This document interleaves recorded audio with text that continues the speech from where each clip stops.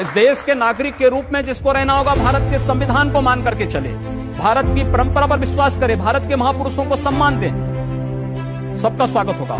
लेकिन अगर भारत के अंदर रह करके ये नहीं चलेगा कि तन भारत में और मन पाकिस्तान में, ये चलेगा तो हम लोग इसको नहीं स्वीकार। पैसा उत्तर प्रदेश का पैसा है, मेरा नहीं है। आपने एक जी, लेकिन उत्तर प्रदेश की किसी प्रॉपर्टी को कोई नुकसान पहुंचाता है तो ये भी मेरा नहीं है, लेकिन आप पूरे प्रदेश का है। और उस पैसे की भरपाई भी हम अपने खाते से नहीं करेंगे, प्रदेश के पैसे से नहीं करेंगे। भाई आपने नुकसान पहुंचाया है, कृपा कर ले कि उसका भुगतान भी कर दो, तो ये हम उससे केवल उसको एहसास करा रहे होंगे। और मैंने स्पष्ट कहा है कि एक एक पाई को वसूली कर रहे हैं, करेंगे भी।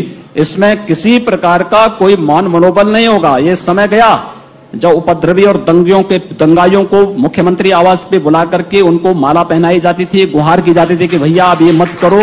आज ऐसा नहीं होगा। आप प्रदेश के अंदर सम्मान के साथ रहना चाहेंगे तो आपको सम्मान के साथ जीने का अधिकार सरकार देगी। लेकिन अगर आप उपद्रव करके अराजकता पैदा करने का प्रयास करेंगे तो फिर वही करेंगे जो हमें करना होगा, जो हमने तय किया है।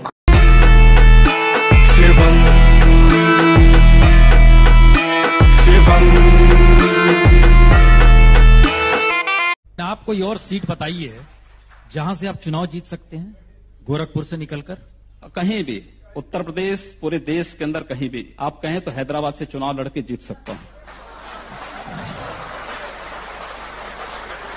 मेरठ की वो घटना जिसमें असलम नाम का व्यक्ति अमित बनकर के एक महिला के साथ शादी किया, बाद में उस महिला और उसकी बच्ची की हत्या करके अपने घर के अंदर दफना दिया।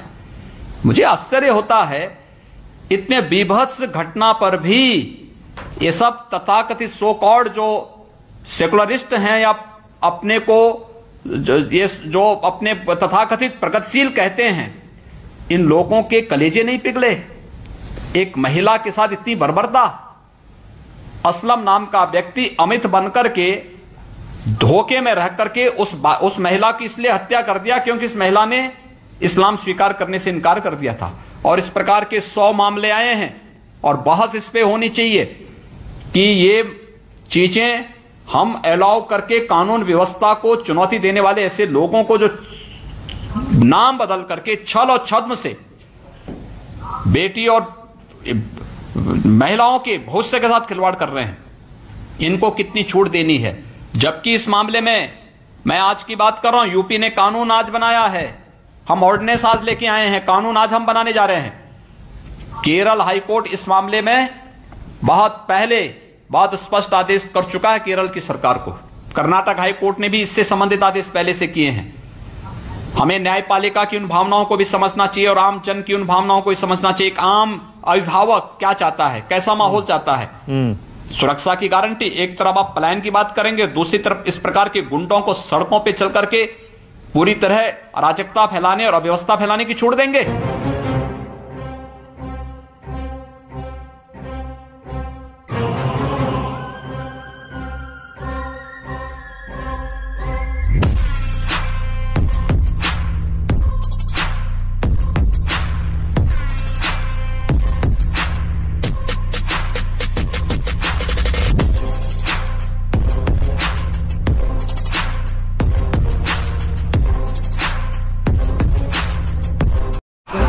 क्या हम ये मान लें कि आप हिंदुओं के नेता हैं? देखिए, मैं मुख्यमंत्री तो पूरे प्रदेश का हूं, 22 करोड़ जनता का मुख्यमंत्री हूं, लेकिन मेरी व्यक्तिगत आस्था भी है। और व्यक्तिगत आस्था ये, मैं वो पाखंड नहीं कर सकता कि घर के अंदर हनुमान चालीसा का वाचन करूं और बाहर जाकर टोपी लगा करके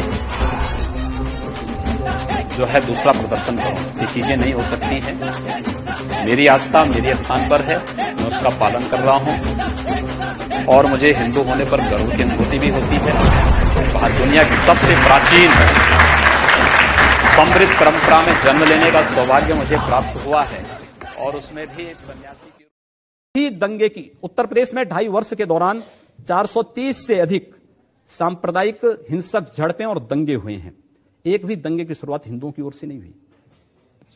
एक भी दंगा शुरू करने वाला ना हिंदू होता है ना मुसलमान होता है। कैसी बात कर रहे हैं आप? मैं सच्ची बात कर रहा हूं। आज लोग कह देंगे आईएसआईएस के साथ आईएसआईएस के साथ लड़ने वाले लोग न हिंदू है न मुसलमान है, फिर उनके लिए फतिया क्यों पढ़ा जा रहा है?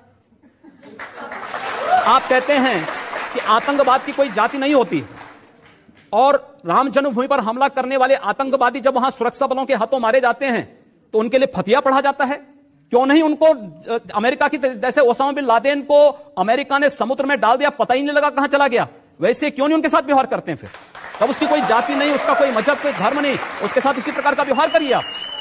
क्यों उसको फिर जाति के दायरे में, किसी मजहब के दायरे में उसको कैद कर देना? ये तो आप कर रहे हैं कैद, मैं नहीं कर रहा हूं, ये वे लोग कर रहे हैं जो उनको उस प्रकार का देने के लिए उतावले दिखाई देते हैं। और इसलिए मैं कह रहा हूं, अगर जाति नहीं, मजहब नहीं, समाप्त करिए।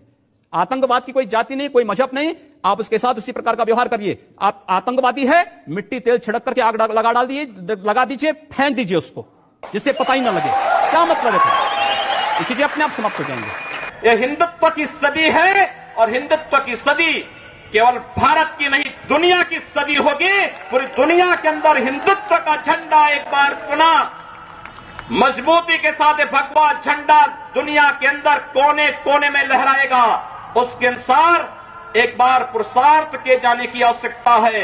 हिंदू कभी निराशावादी नहीं हो सकता है। शिक्षण होता है दोनों का होता है, शास्त्र का होता है तो शस्त्र का भी होता है, एक माला जपने का होता है तो भाला चलाने का भी होता है। दोनों को एक साथ लेकर हम लोग चलते हैं, और वह सुरक्षा के नाते, इसलिए हमारे पास है। हम कहना चाहते हैं जिन्हें पाकिस्तान प्यारा है वे पाकिस्तान में जाएं,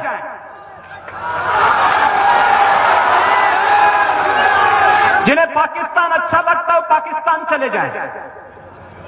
हम उसको रोकेंगे नहीं, अगर वो चाहेगा तो उसको जाने का किराया भी मुहैया करा देंगे। हम पूरी व्यवस्था कर देंगे, लेकिन ये नहीं हो सकता है कि भारत के अंदर रह करके